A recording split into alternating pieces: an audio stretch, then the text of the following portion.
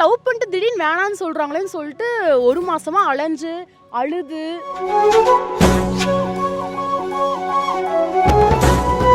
அப்புறம் திருப்பி அக்செப்ட் பண்ண வச்சேன். இவங்க தான் எனக்கு ப்ரப்போஸே பண்ணாங்க, ஆனால் வேணான்னு சொல்லிட்டாங்க ஒரே மாசத்துல. மெச்சூரிட்டி இவளுக்கு கொண்டு வரணும் அப்படிங்கிற மைண்ட் செட்டு. நான் வேணான்னு சொன்னேன்னா லவ் வேணான்னு சொல்ல, இந்த 3 இயர்ஸ் வந்து பார்க்க வேணாம் பேச வேணாம், நீ காலேஜை முடி அப்படின்னு.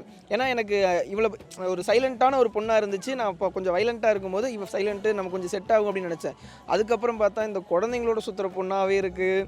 ஏதாவது ஒன்றா சும்மா இந்த சேரை இப்படி சுற்றிட்டு நடந்துக்கிட்டு பேசிக்கிட்டு இந்த மாதிரி ஏதோ ஒரு குழந்தைத்தனமாகவே இருந்துச்சு. ஐயோ தெரியாமல் இந்த பிள்ளை குழந்தைத்தனமாக போய் லவ் பண்ணிட்டோம்.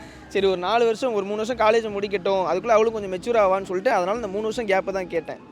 அதுக்குள்ளே ஒரு பெரிய என்னன்னா, நான் வந்து இவங்களோட ரொம்ப சின்ன பொண்ணு 5 இயர்ஸ். ஸோ அதுலேயே வந்து இவங்களுக்கு கொஞ்சம் ஒரு மாதிரி ஆயிடுச்சு. என்ன 5 இயர்ஸ் சின்ன பொண்ணை வந்து லவ் பண்ணுறோம், அதுலேயே வந்து தோணி இருக்கு, அதனால தான் வேணான்னு சொல்லியிருக்காரு. குழந்தையாக இருந்தால் பிஹேவியர்லாம் அந்த மாதிரி குழந்தைத்தனமாக இருந்துச்சு. நமக்கு வேணாம், நம்மளே ஏதோ மெச்சூரிட்டி இல்லாமல் இருக்கிற மாதிரி ஒரு ஃபீல் ஆச்சு. அதுக்கப்புறம் அவளே மெச்சூரிட்டி கொண்டு வந்துட்டேன். இப்போ ஓகே நார்மலாக பேசுகிறா, அப்படிலாம் இல்லை. ஏதாவது ஒன்று கேட்டோம் அப்படின்னா அன்னைக்கு காலையில் 6 மணி அதுலேருந்து ஆரம்பிக்கிற மாதிரி ஃபஸ்ட்லேருந்து பேசிட்டு வருவாங்க.